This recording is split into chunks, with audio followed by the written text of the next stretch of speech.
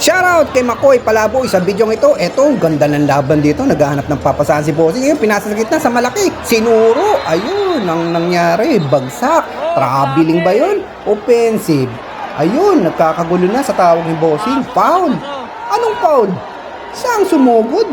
Sumuro sa bata ko? Tinawagan mo ng foul at ikaw nasa ilalim, ikaw pa tumawag. Nasaan yung nasa referee ratong gitna? Ano nangyari? Nasaan yung gitna? Wala na namang pito rin gitna rito, yung ilalim na namang inaasahan nyo. Dapat ayusin nyo yung tawag nyo, nagkakagulo tayo dito eh.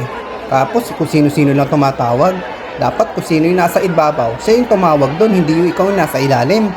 Ano ba, tama ba kami dito? Ganito na lang ba tayo lagi?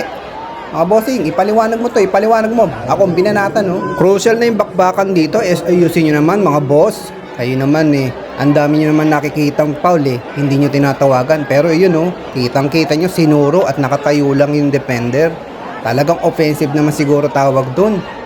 At nakita nyo naman yung step niya, di ba? Gamitin nyo yung pito nyo.